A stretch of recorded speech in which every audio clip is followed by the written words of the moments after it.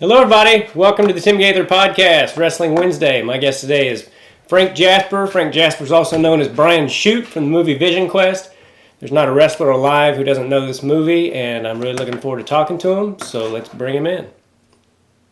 Thank you so much for taking the time to do this. Yeah, this is crazy times, man. And I just moved. Oh, yeah, where did you move to? I moved to Coeur d'Alene. I moved to Carmel, California. Okay, cool. Well, where did you live before? I was living in Pacific Palisades, California. So I was right there in LA. Yeah. So between Santa Monica and Malibu. Okay. So Cool. now I'm up in Northern California, where Carmel, Monterey. I'm sure you're familiar with that area or not.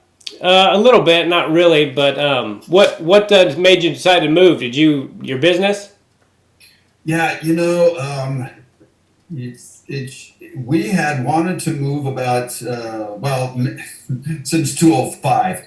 We actually had a place, a really nice little duplex up here for 6 years, and we used to come up here for 10 years prior to that. And so we knew we wanted to move here, and so we sold our townhouse about almost 2 years ago.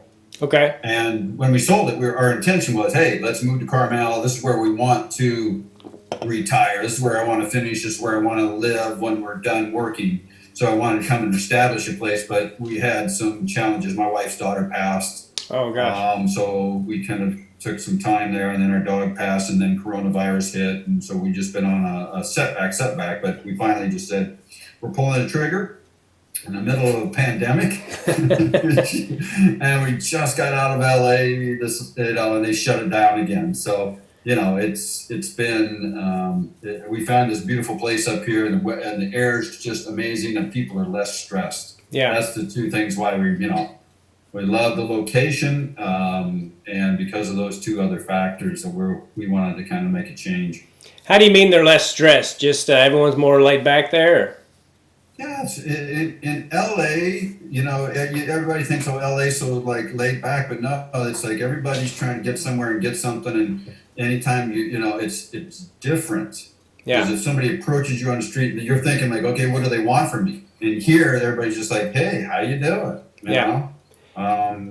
Chatting up. They're not looking to try and sell you something or make a move or something like that. So yeah. Traffic here is, nowhere close to what it is in LA. I think, my wife is a psychologist, spiritual counselor person.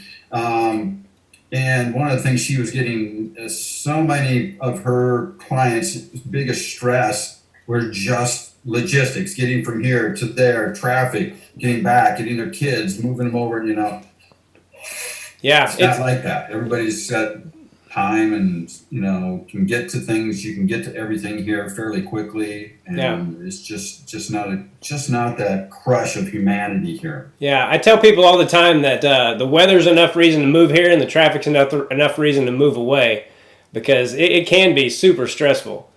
So where are you located? We live in Lomita, which is by Torrance and Redondo Beach. Right. Yeah. And I actually landed in Hermosa when I came here. Oh, really? California. Okay. You lived there for a while? Just off of Pier Avenue. I had a place. Okay. I just actually rented a couch, a futon, in a 1-bedroom, and I slept in the front room on the futon. I was an actor, and so when I came here, it was just minimal, $250 a month, sleep on the couch. Yeah. Go to auditions.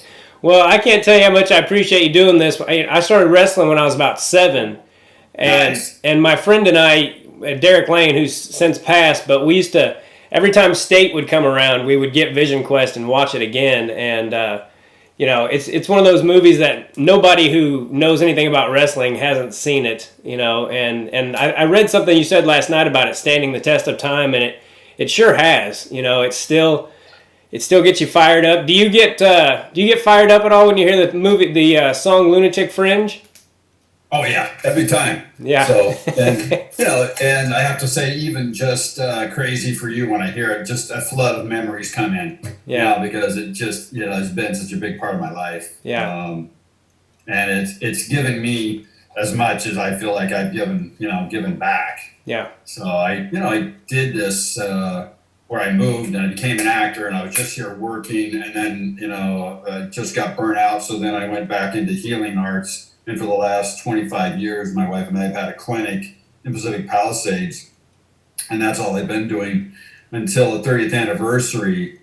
And then I started getting requests and started doing appearances, and that's what kind of kicked off this next wave of reconnecting with the wrestling community. And so for the last 5 years, I've been as active as I possibly can. I'm doing everything possible to just reignite people, to get the word out there, to help promote it, to help raise money for it. So, and the fact that now women of just this huge influx, I just feel like the growth right now this is like a real cool time.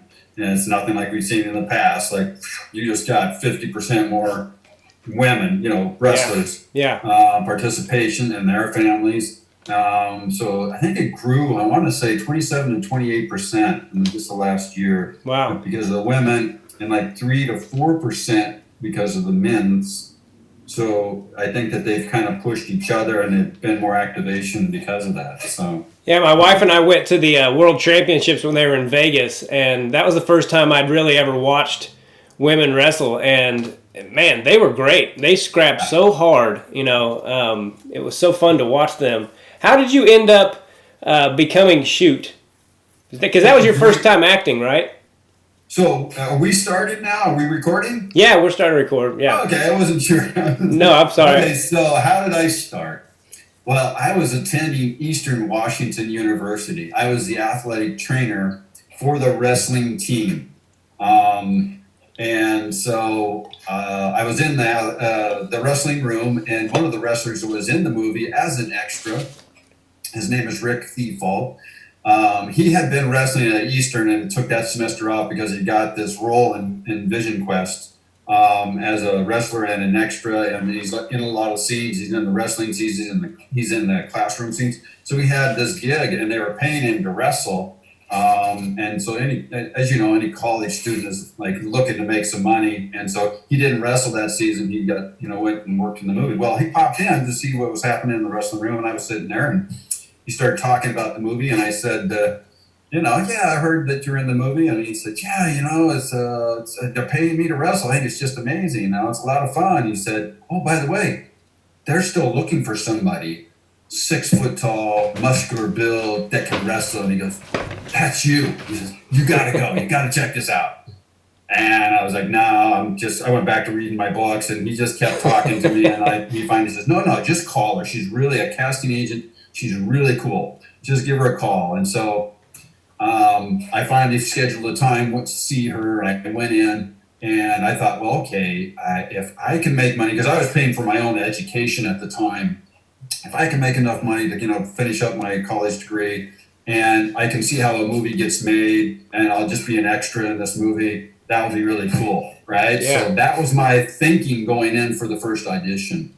Well, as soon as I walked in there, she handed me sides, which are your lines for some scenes in a movie. Yeah. And she goes, okay, look these over, and we'll go through this. And I was like, oh man, Rick did not even tell me this guy had lines. I probably would have said no way, because I had no experience. Yeah. So we did the lines, and I messed up because I was nervous during the interview, and she stopped me and she looked me in the eye, and she just went, we're looking for intensity here. If you make a mistake, just continue on as if nothing happened. Got it? I was like, yeah, I got it. Okay. So I read the lines with her again. She goes, good, let's go.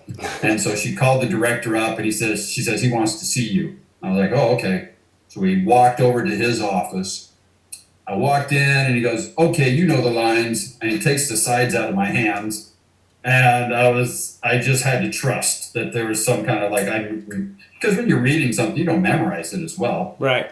But somehow I got through that, the reading lines with him, and he says, okay, let's see if you can wrestle. So then I had to go to the workouts where Cash Stone was, taking care of all the extras, and he was the one that says, yes, this guy can wrestle. I had to wrestle for him.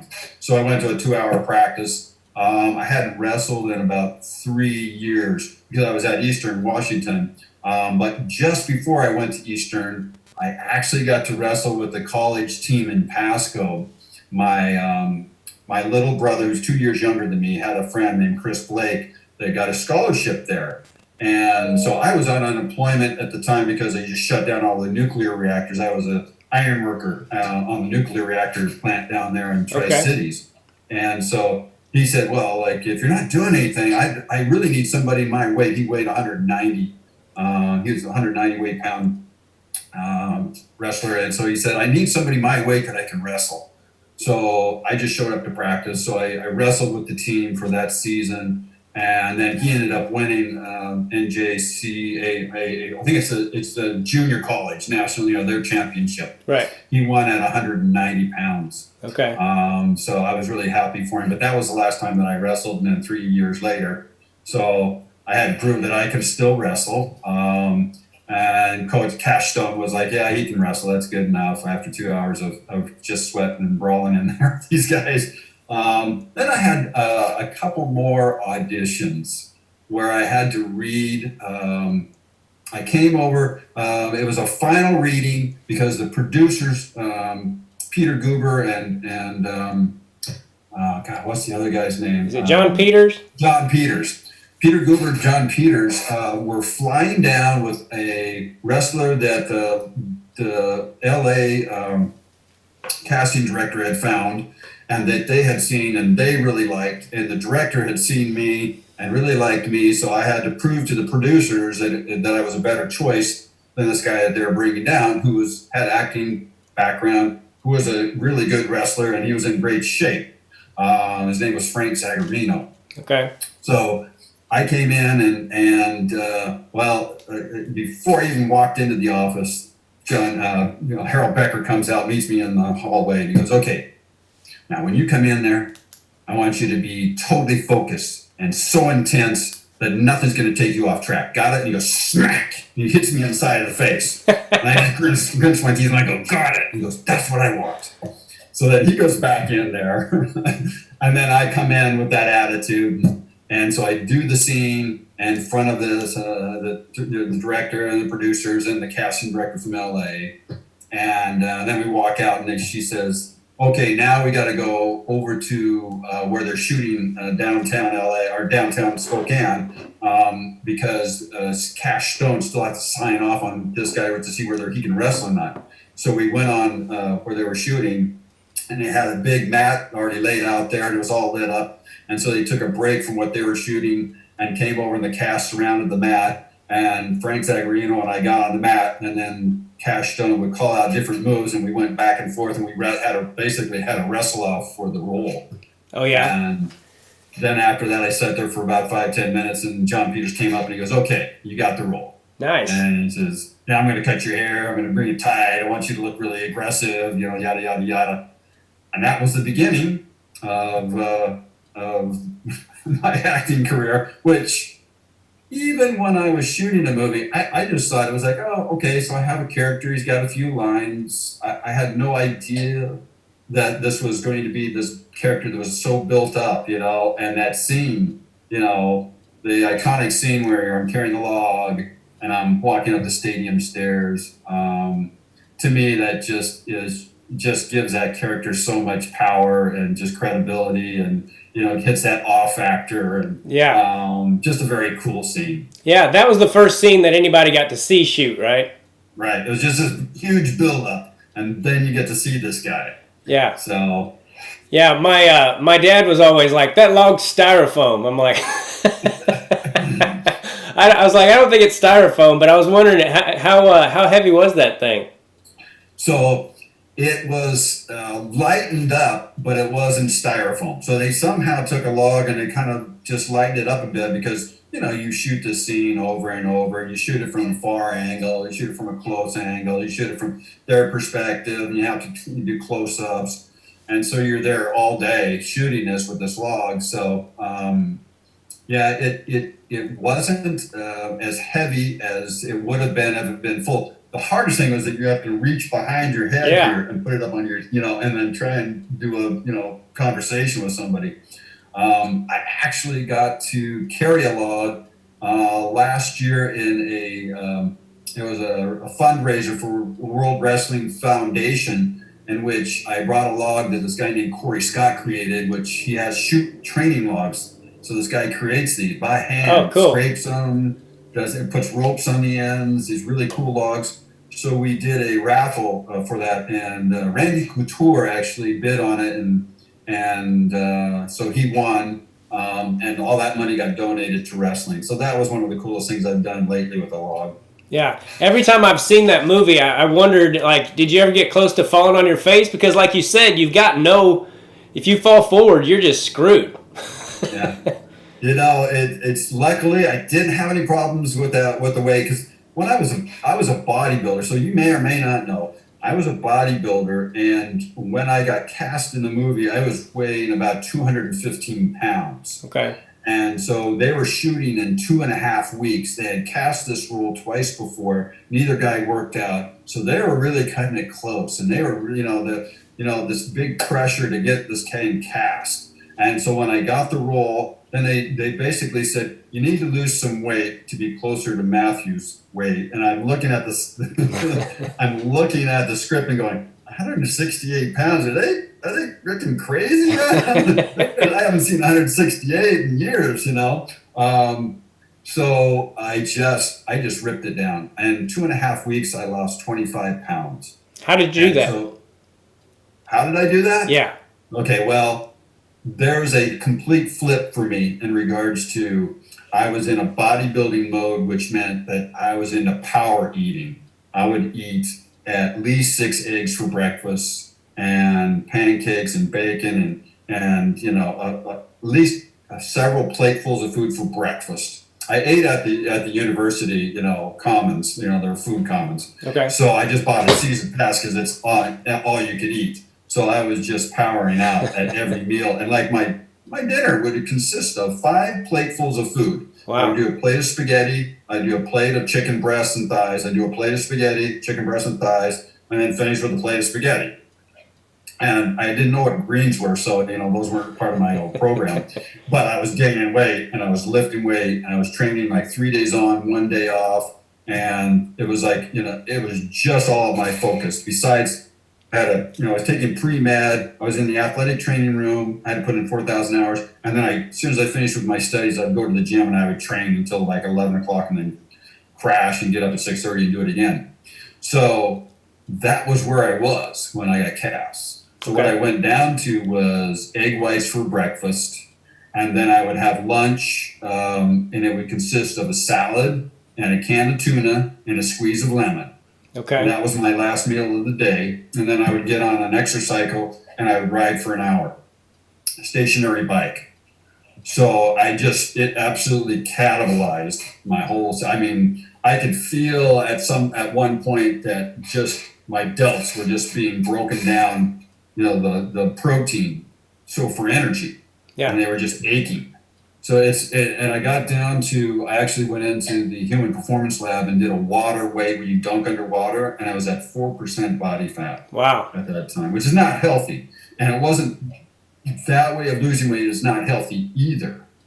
So one of my the things that I'm really focused on for the wrestling community is, if you're going to drop weight, this is the way to do it. And I lay this out in my podcast. And I say, you got to start early. You got to take out the white foods, the junk foods, the pro-inflammatory foods. There's a safe way to do this. And you got to hit your mark.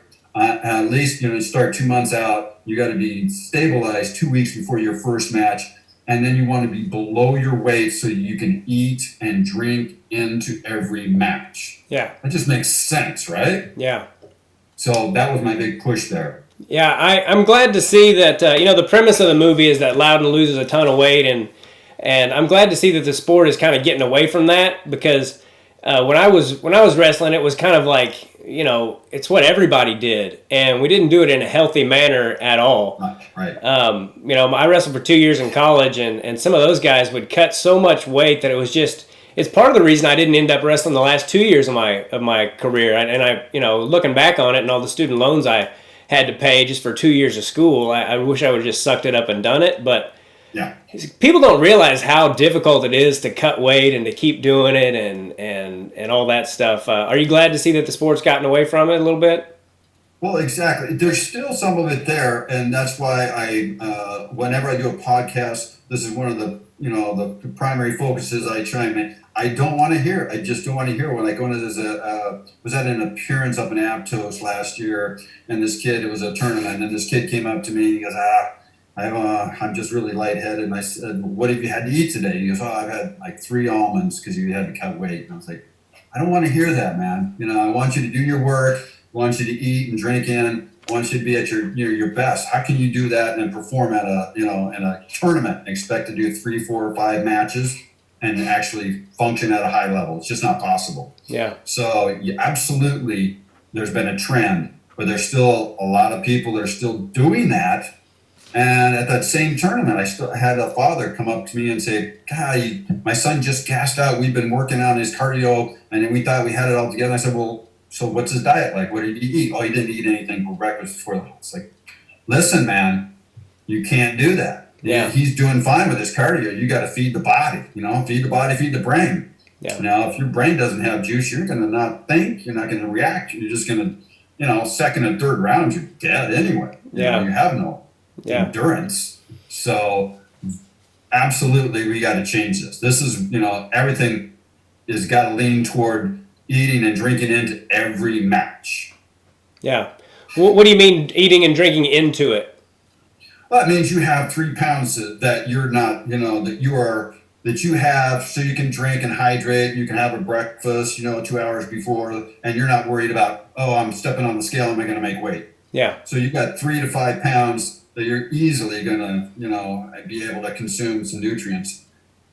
Yeah.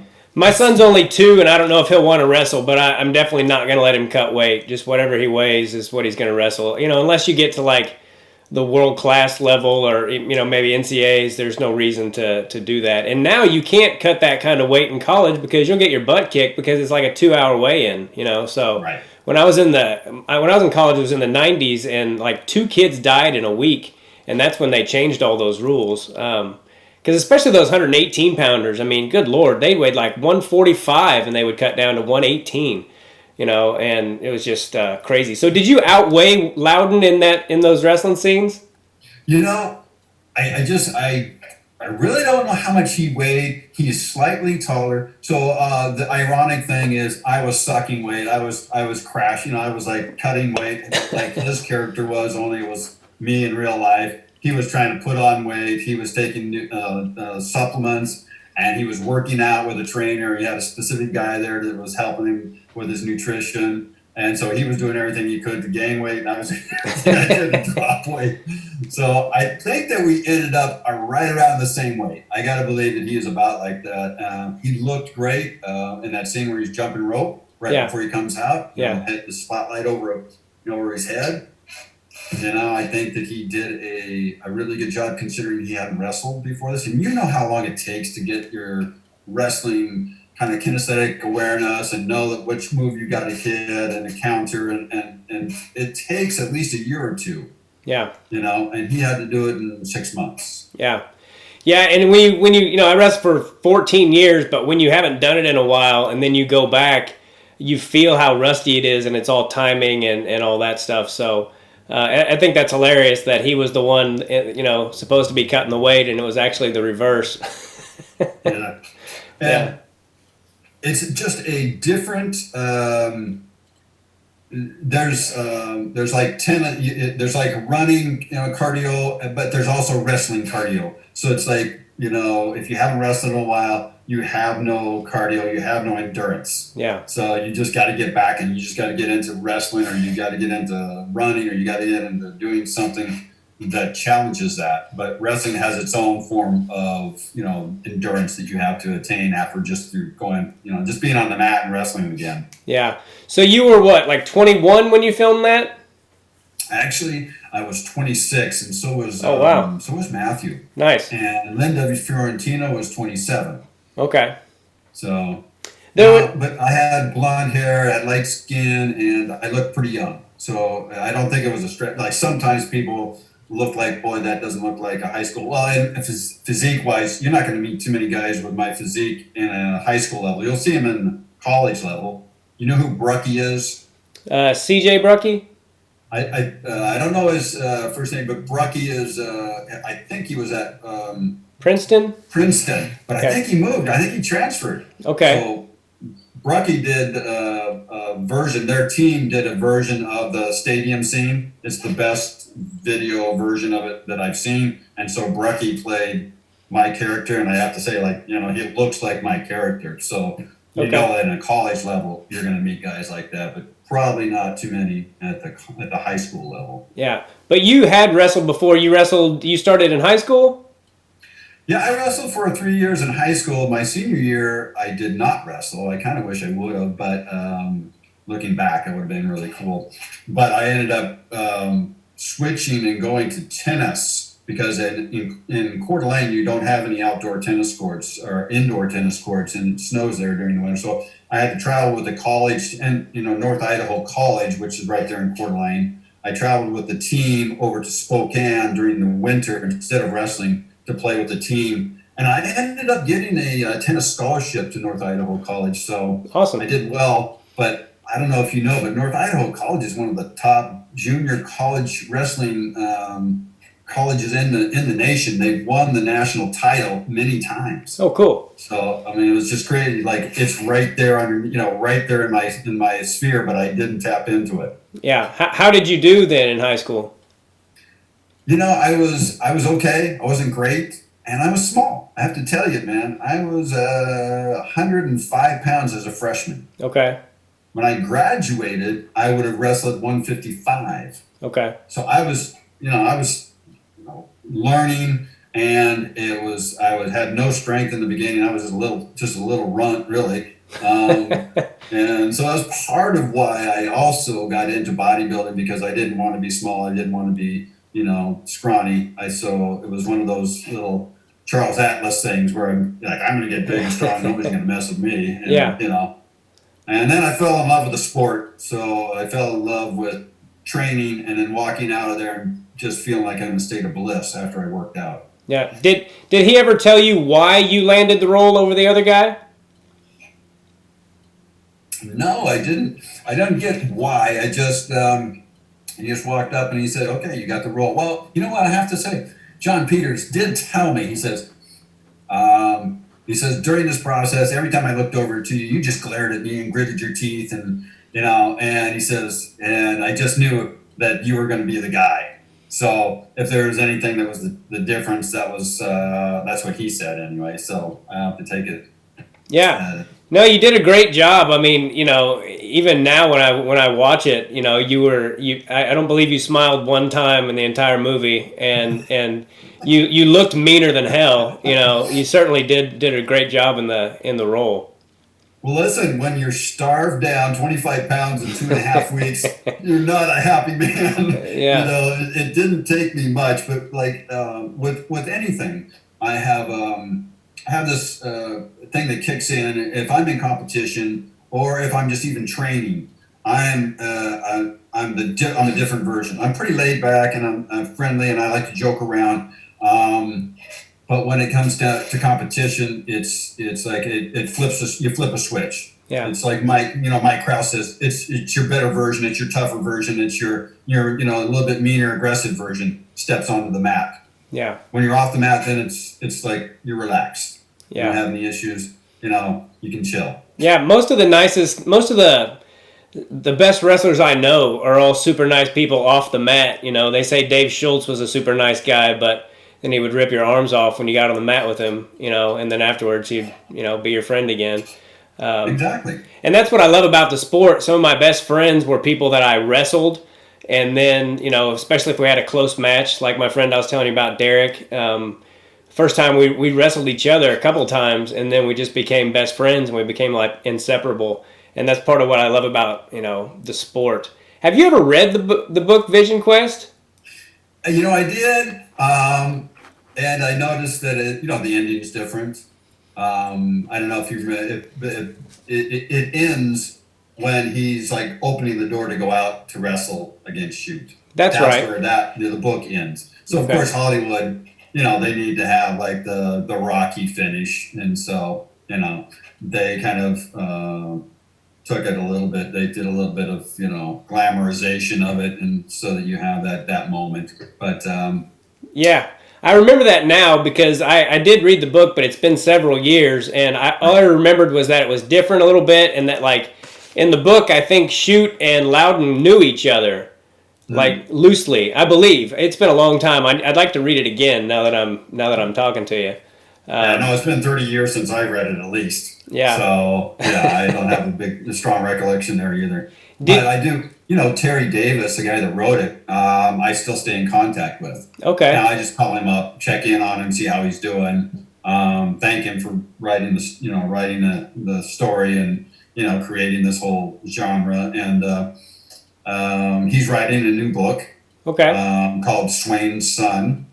So he's, looking to he's had offers or people want to make a movie and he hasn't even finished it yet. So, I'm hoping that there'll be a Vision Quest 2 of some sort, or it could be something like Cobra Kai, where they did a series and they flipped it a bit, which that I think would play really well right now too. Yeah. It's funny, as you say that, I mean, I know it was a movie, but as a little kid watching it, I'm like, I wonder if Shute will still win state. I wonder if that'll mess with his head. or if Loudon will win state, or if he'll stay at 168. And there's like all these, they're not even real questions, but as a kid, they were like unanswered for me. I'm like, I wonder if they're in the same division, and, because there's 4A, 5A, 6A, and all. I don't know how it is in Washington, but so those are the things that I always wondered. That would be awesome. Do you think that you would be in the movie? I would think that I would love to be a part of it on some level, whether I'm just being there as a consultant or just doing a cameo, or it depends on where they pick it up. If they do the Cobra Kai thing, maybe there's a bigger role for me. If it's just a continuation, maybe I'll be the grandfather or the wrestling coach or somebody that does a cameo in the movie. Yeah. Did people after the movie and even now want to wrestle you when they know you're Brian Shute? Of course. Of course they want to wrestle Shute. Yeah. It's that is, I've heard too. I think the wrestlers either wanted to be Shute or they wanted to beat Shute. Yeah. And I loved it because that's exactly what I was going for. I was like, man, I just want this character to be so dialed in, and he's just hardcore, and he's just focused on doing his thing, man, and being the best wrestler and taking care of business when it comes to the mat, Did you have much interaction, or do you still know, I can't remember his name now, it's failing me, but he played the character of Cooch, Loudon's best friend in the movie. Michael Schofling. Yeah, that's right. He was in 16 Candles, and he, I think he like placed at Junior Nationals. Like he was really good. Do you remember that? Yeah. So it was. I had a kind of an interesting situation because I wasn't an actor and I wasn't a wrestler in that movie. In regards to I wasn't hanging out with the wrestlers because I was pulled off. We have what's called like the A team, which is the people that have dialogue and that are main characters in the movie. So they all get like their own little trailers. Okay. But I wasn't really looked on by the actors as an actor that, here's a wrestler who's playing this role. So I never really kind of hung out with them. I never really hung out with the wrestlers. So I was kind of isolated to some degree. But I did, I've had interaction with Matthew Modine. I've run into him, like we met at a Beat the Streets event in New York City and Times Square, in a place called Libby Square in Times Square, and they created a foundation for them to wrestle on, and they brought the Russian national wrestling team and they wrestled in the American national wrestling team. So it was like 30 years after the movie, and then he and I got to sit like on the edge of the mat. That's the first time I had actually talked to him in 30 years. Oh wow. But it was really cool, it was just an amazing event to be there in New York, in Times Square, and to be seeing these incredible wrestlers.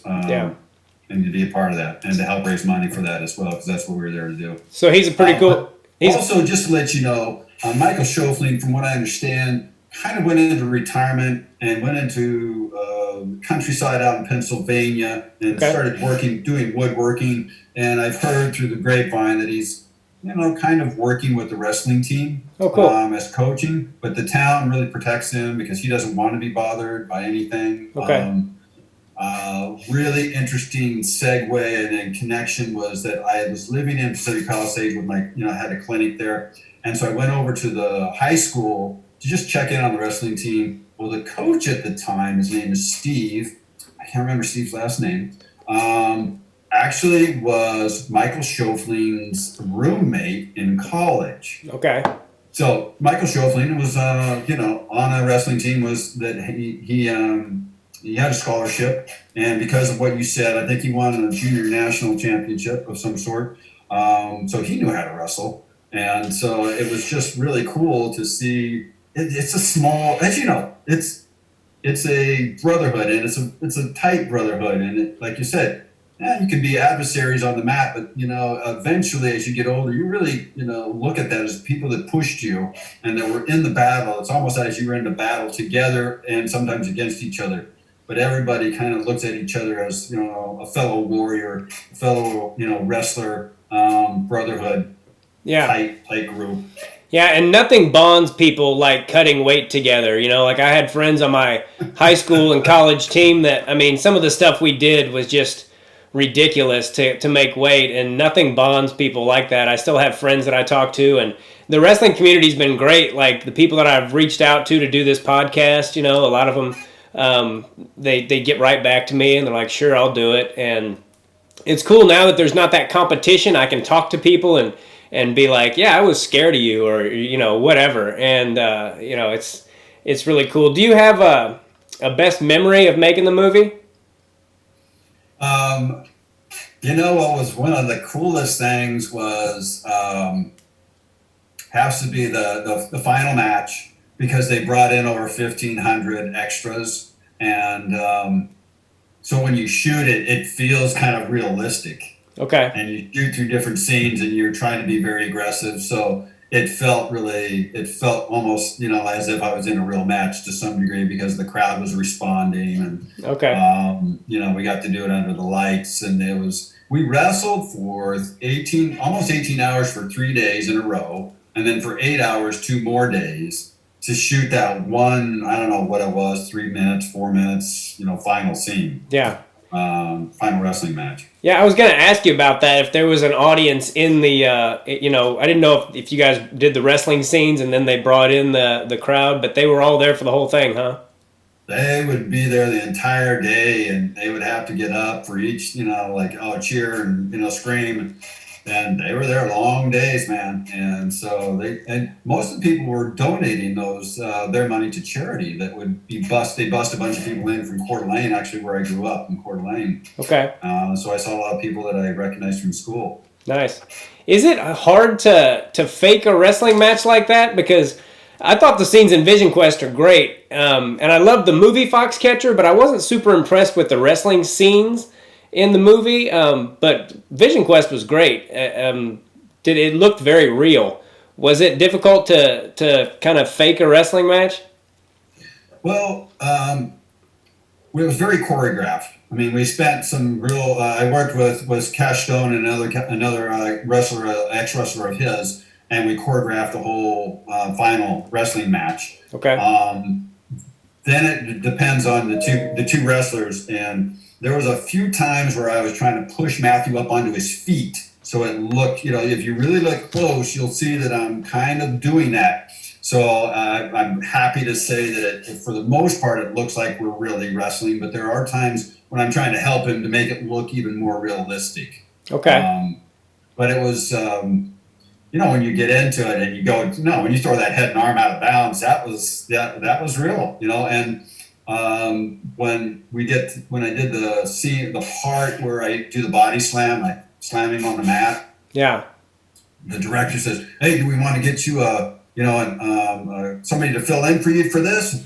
And Matthew goes, "No, I got this." And so my friend over here on the side goes, "Make sure he feels it, Frank." And so when I did it, I just made sure that I threw as hard as I could and had him flat on his back so he wouldn't injure himself. But you really feel it even then. And so when he got thrown, we did it in one take. and then they said cut, and he rolled over, and it actually had knocked the wind out of him. I bet. So it's it's pretty realistic. Yeah. We try and be safe, but we also want you want the wrestlers to go, that looks real to me, and so that slam was real. So be honest, would you pound Loudon in a real wrestling match? Oh, I think that if he got out of the first period, he'd be lucky. And then I would just make him cry to be pinned in the second period. I got to tell you. Now, he did great, I have to say, as just learning, and he did a great job as the actor carrying that role. He had the intensity, he had the comedic factor, he had the love interest. It all worked. I have to say it was a great role for him, and I was happy to be a part of that. Yeah. Are you a big fan now of wrestling? I mean, do you pay attention as much as you can? Well, it's hard because I realized being on Facebook and I'm tapped into all these wrestling groups. There's wrestling going on all over the country. It's hard. There's just no way for me to keep track of everything. Yeah. And so I've run into a few people that I see and I recognize, and I make sure that I support them on Facebook. Some people I end up meeting, and some people I've just seen from afar, and I just keep supporting them and encouraging them. And so I try to just be dialed in as much as I can. But it's just it's a huge sport to keep track of everything. Yeah. Yeah, we went to the NCAAs a few years ago, my brother and I, and it was awesome being there. But I almost prefer watching it on TV because there was so much going on. There's so many good matches going on that if you looked over here to watch one, you'd look back and it'd be 9-5, and you're like, what the hell happened? How, you wouldn't have any idea what happened. So, changing gears a little bit, what's the hardest thing you've ever had to deal with on a personal level, and did having a wrestling background help get you through it? It's that part of me that has that drive that's going. So just to give you an idea, where did Brian Shute come from? I kind of look back at my childhood. Okay. And I look back to see that I had this certain kind of drive that was beyond anybody else in my family, because this is an example, we went to ski. I was in 3rd or 4th grade. We were learning how to ski, and you couldn't get me off the hill. It would be like I would strap on. I'd be there the first, as soon as they opened the lift, I'd be up, and I would ski all day, and I would not take time to even come in. And get something to eat and drink. My mother would bring sandwiches to me while I'm standing in line, and like my brother and my sister, they would go in the lodge and hang out and drink cocoa. And I just had this drive. I don't know where it came from, but it was just insane because I would not miss. And then I would be the last one on the last, lift going up, and I would come down, and I would just be so, I would be in so much pain because my legs were just exhausted and just crying out to me. And I would, on some of the drives home, I'd be crying because my legs hurt so much, but I just wouldn't stop. This is the kind of mentality I had. So, I've applied it to bodybuilding. I've applied it to wrestling in martial arts. And it seems to be in my DNA. I have to be careful because I get addicted to something, and I have to learn. What I'm learning at this age is having some balance. Trying to have an imbalance in my life where I do my work, but I do it intensely, and then I go do something and enjoy myself as well. And so I'm really trying to learn that balance process at this age. So it's helped me just about in everything that I've been challenged with. I mean, that's all you can say is as Gable says, once you've wrestled, everything else in life is easy. Yeah. And there's some big truth to that because you learn how to just bear down and get through it and tough it out. And the wrestlers are some of the, I think it's one of the toughest sports I've ever done. And I participated in, basketball, football, baseball, and martial arts. And above all, wrestling is the most challenging, physically, mentally, emotionally. It asks more of you, demands more of you than any other sport as far as I'm concerned. Yeah. And you're a black belt in something. What I forget what it is. A black belt in Aikido. Okay. Yeah, it's a beautiful martial art. I grew up with judo. My dad was a black belt in judo, and he taught a class. And so all of us learned in like third and fourth grade how to throw and how to land, how to be thrown, how to roll, how to do some wrestling ground, technique. So I had some background. And then I went into karate and martial arts. I was really into martial arts, and that's probably my kind of tie into Oriental medicine, because then I, eventually got a master's degree in Oriental medicine. Awesome. I just look at it as the other flip side, because in the days of Bushidos and Ronins and warriors in Japan, they had to learn both sides. They had to learn the martial arts side, but they also had to know how to heal from being injured or bones breaking and bruises and things of that nature. So it's part of their treatment or the protocol to learn both sides of that, how to injure and then how to heal. Yeah. So what do you do now to stay? You look like you're still in great shape. What do you do specifically? Well, I play tennis. I don't know. I picked up tennis about almost 10 years ago, and started playing just a couple days a week. And then I got to the point where I was playing 4 or 5 days a week, and I was playing tournaments. And I did that for a period of time. Now I just play it on a regular basis, but I have weights, dumbbells, and I do what's called a circuit training. So I just go from one exercise to the next, the next, the next, the next. No rest between. I do about between 10 and 15 reps. And so I'll go through that like 2 to 3 times with some fairly light weights, because at this age, I'm just trying to maintain. I'm 61. Okay. So I'm trying to maintain, but I also want to have a little bit of juice when I go out and do appearances, because I hate to show up and here's fat Shute, like, wow, Shute, what happened to you? I get that. I'm like, no, I don't want to do that. So I have motivation. So like I have a little bit of motivation, like, oh, I got to stay in shape, because I want to promote, healthy eating, living, lifestyle, training, all of that. Yeah, well, that's really cool. No, you look great, man. I hope when I'm 61, I look half as good as you do right now. So that's awesome. So is that like you're taking good care of yourself, and if you're anywhere close to that, that's the key. You just want to just be, you most people think that it's this, like, you got to work out really hard. No, you just got to be consistent. Yeah.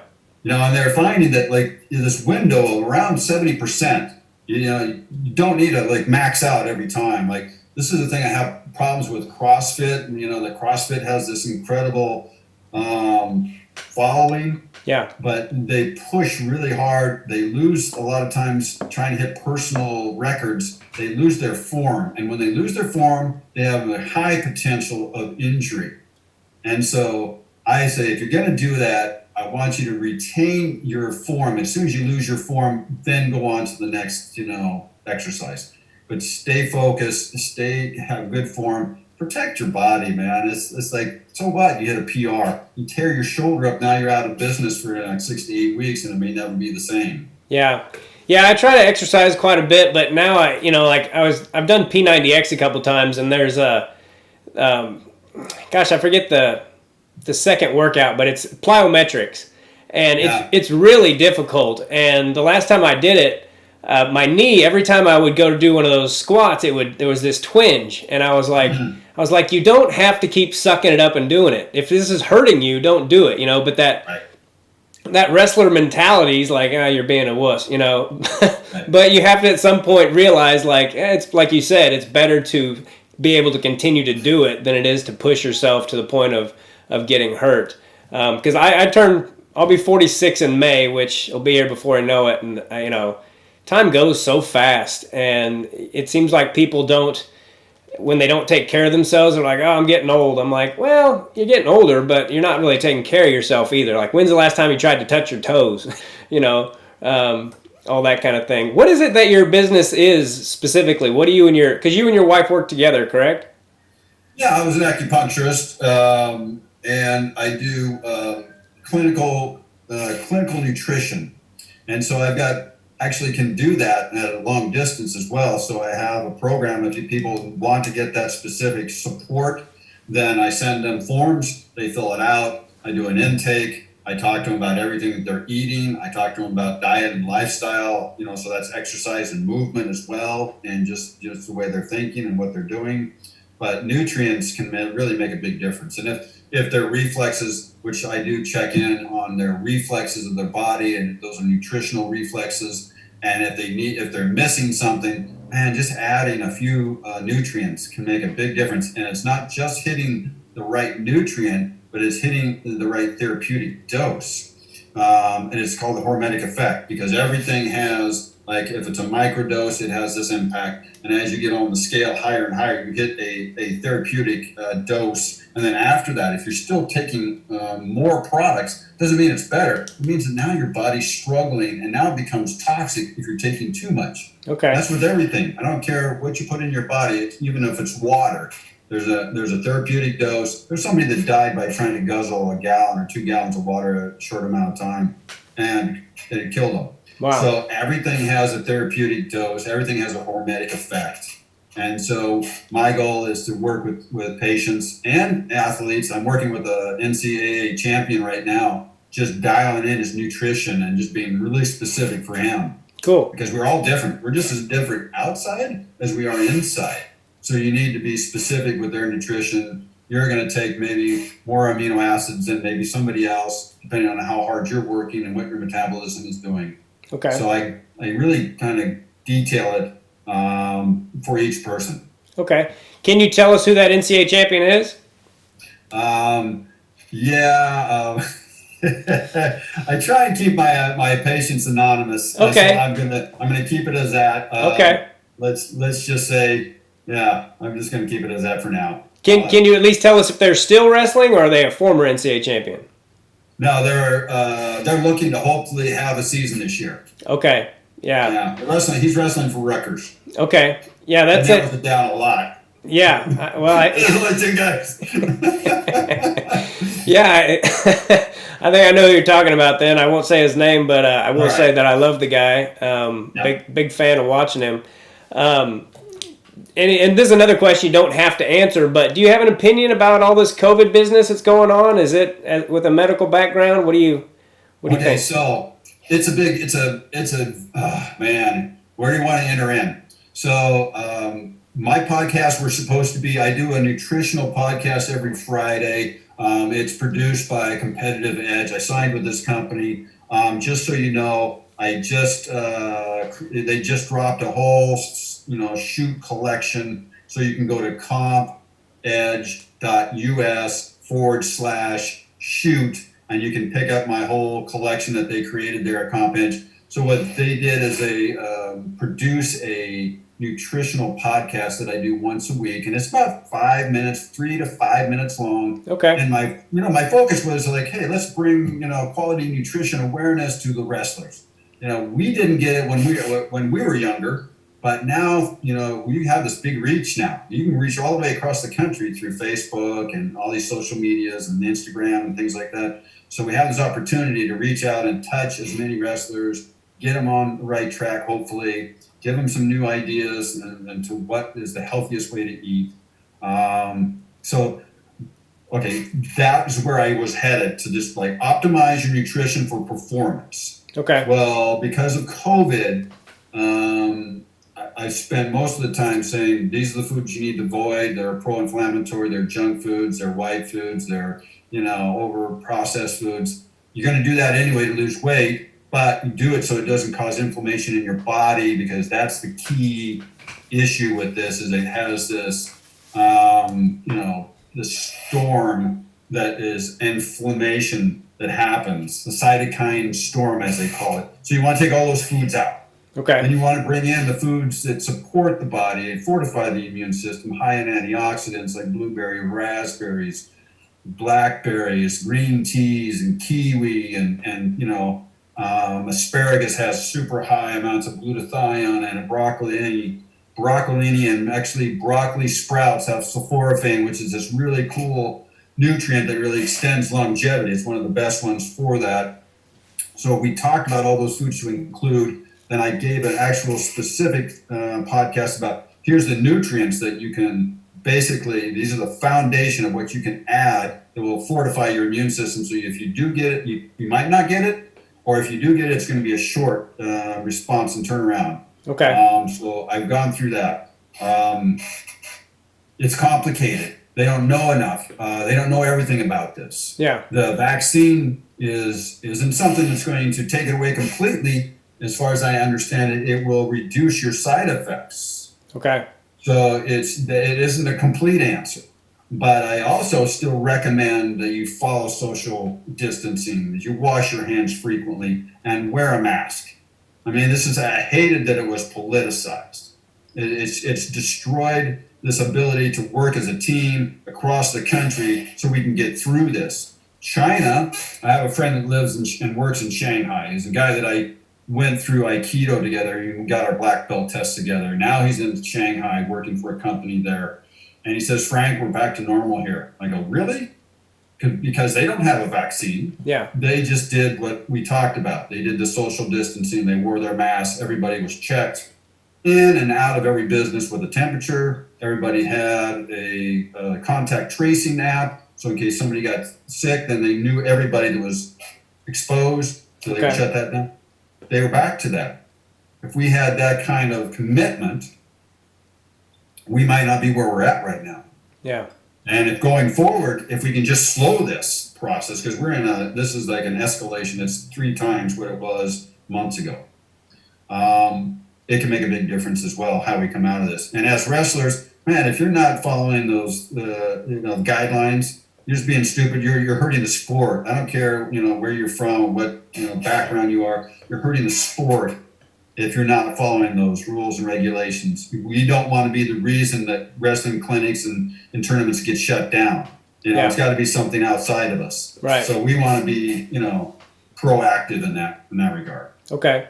I like what you said about nutrition and all that stuff. I wish I would have known that when I was wrestling. I guess I knew, but when you're young, you're kind of dumb about some things. We would make weight and then go to McDonald's or, exactly. drink soda and all that kind of crap. And it's just, my wife and I try to eat really healthy, and we're going to try to pass that on to the boy so he doesn't go through those things. I think I stunted my growth. I think when I was 15 is when I really cut weight hard, and I was supposed to be tall, and I quit growing in like 7th grade. And I think that's probably why, because I started cutting weight and all that so early. I also read something on your website about your wife. She was talking about you were talking rather about your wife and how she helps people overcome their fears. What, in a nutshell, is the best advice you would give someone trying to overcome their fears, whether it's public speaking or going for what they actually want or anything like that? Well, you first have to identify it. You have to realize that there is a challenge there, and then you have to find out steps to overcome that. Like for me, public speaking, as well it is for many people, is a real challenge. And so I've taken on little roles and different things and done little videos to just kind of like build that ability up so that I'm continuing to work on this, and the podcast has given me that platform to even be challenged more, to put myself out there and to really push the next level of like sharing and being on camera and feeling comfortable. So fears not faced are going to become an issue, and so wherever you see that your fears are blocking you from being able to attract or acquire or to be able to hit or get to the level you want, then you need to find out what you need to do to overcome those and take small steps and be consistent. Things that you might not even realize that were passed on to you by your parents. Yeah. So when I do my deeper healing work with my patients on the table, we start talking about, what is your belief structure? Where did you get that? Where did you get that understanding about sex or money or business or deservability? And most of the time it was modeled for our parents and or friends and family, and that we just kind of took that on as our own belief structure. And we just have to really be clear, like that's not how I really want to function in this life. I want to believe that that things come to me easily and effortlessly, and that I flow through life and I acquire everything that I absolutely need, and I'm grateful for everything that I have. Start with that mantra and then see wherever those belief structures hit up against that, where you're blocked. Yeah. And you just have to be consistent with it.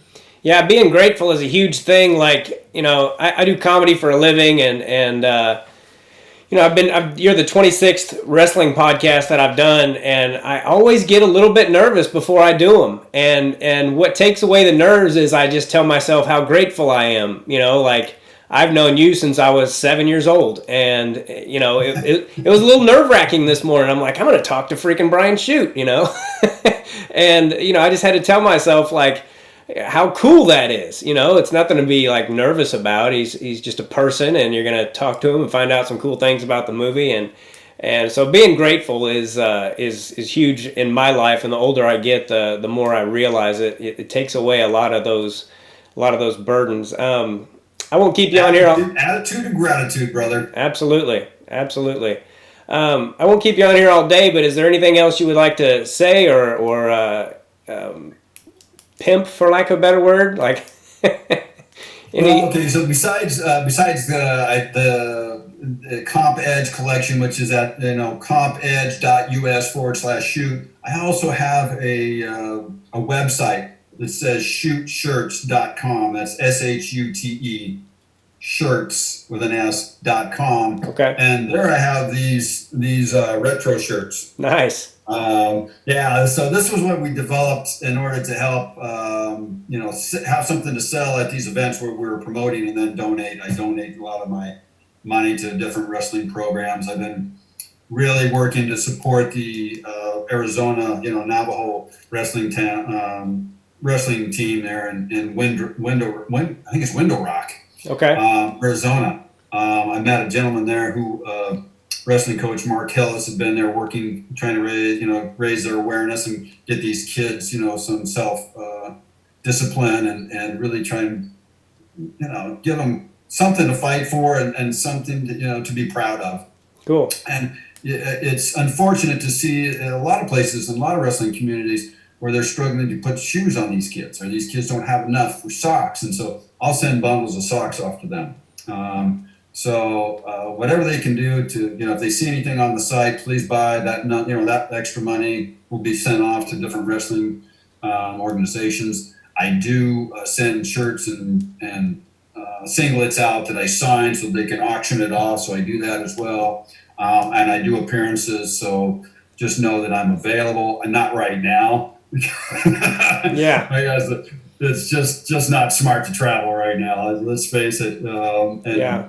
So I want to wait till after the first to really kind of think about doing any kind of appearances. Yeah. But I'll support whatever program I can from afar. Cool, man. Well, I can't tell you how cool it's been to have you on here. I'm going to order one of those shirts because I love them. I saw them last night on your website, and I think they're great. And I can't tell you how much I appreciate you taking the time to do this because, like I said, there's no wrestling fan who doesn't know this movie, and all my friends from high school. I did want to ask you real quick if you'd say hi to my friend Richie Soto, because he's the one who was like, you need to get Shute on, and I was like, that's a great idea. So hey Richie, how you doing? Thanks for reaching out, telling your buddy here to get me on. I'll be looking for you on Facebook. I don't know where is he.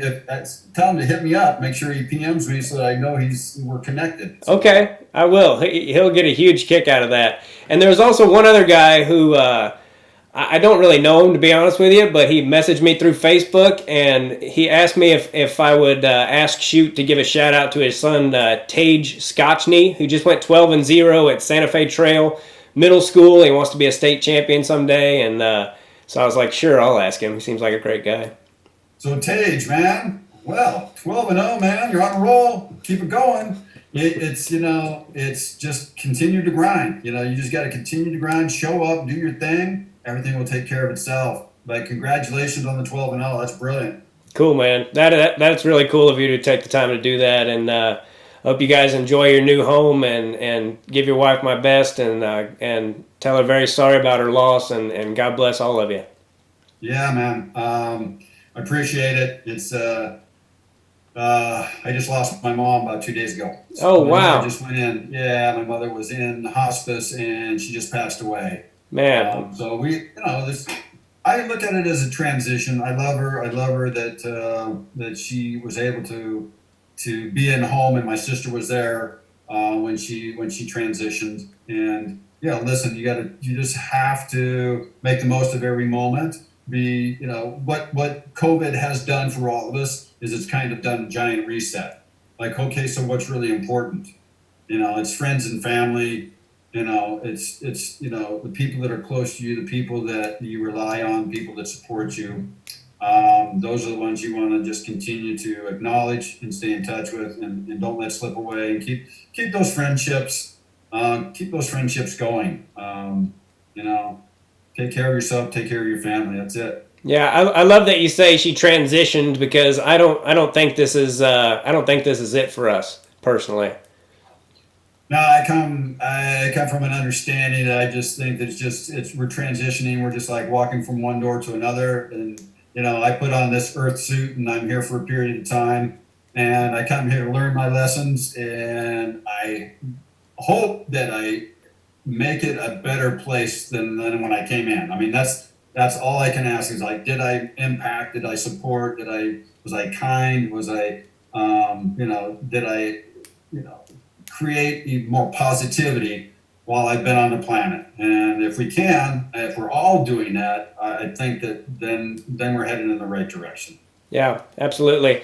I think it's really cool that in the movie, Loudon Swain wants to be a doctor in outer space, and he's the one cutting all this weight, and then come to find out, getting to talk to you 30 years later, you're the one with a medical background, you're the one who had to cut the weight, and you seem like a pretty deep thinker. Like in the movie, Shute's just this monster that everyone's scared of. Like, it's almost crazy that he even speaks. Probably my favorite line in the movie, it gives me chills every time, is when you're holding the log, and you go, "I hope so too."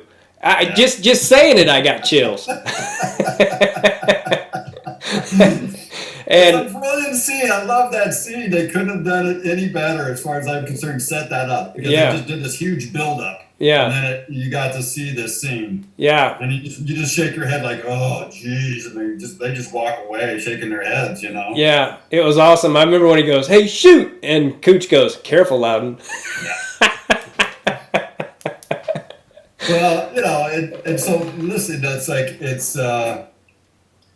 it's something for me that will continue to live in my psyche for the rest of my life. And what is interesting is I've had so many people say, like, yeah, I looked at you and thought about that log, and thought about all the things that I have to take care of, everything that I carry, and that was the metaphor for me. It's just like, yeah, I have these things that I have to work through and carry and push with me. And Yeah, I thought, oh, that's pretty cool. Somebody's, looking at that and taking it. And the other thing that has come through loud and clear is that Vision Quest has helped athletes and soldiers, men that have been in the military, get through some really hard times. And when I hear stuff like that Vision Quest has got them through Citadel, or some, they were in Afghanistan or they were in Iraq, and it really made a difference. It's like, wow, it couldn't have wished for anything better than that. yeah. So, Well, that's really cool, man. And this is one of the coolest things I've ever gotten to do in my whole life is get to talk to all these wrestlers. But especially now to get to talk to you is one of the coolest things ever. I can't wait to show it to my son someday when he's old enough to understand and be like, "Do you remember that movie we watched? This is the guy." So I'll let you go, but God bless you, and thank you so much for doing this, and I can't thank you enough, buddy. all right, brother. All right, Stay man. in touch. I will. I will. Take care. Take care, man. Bye-bye. All right, everybody. Brian Shute, Frank Jasper, super cool dude. Make sure you check out the link he gave you about going to his site. Go to shuteshirts.com and get one of those shirts. It supports wrestling and supports his family, and it's a great deal. And I can't wait to check out some of his podcasts about nutrition and all that stuff, because the older I get, the more that I want to take better care of myself, from me and my boy and all that. And go to makingithappen.com, M-A-C-A-N, ithappen.com. Help out little bow making. I just did Vegas, but I will be in Kansas City at the Comedy Club of Kansas City, January 7 through 9. There'll be 4 shows. Make sure you go to the website and check that out. And that's about it. God bless all of you. Thanks so much for listening. Take care. Bye. Do us both a favor and click on that subscribe button.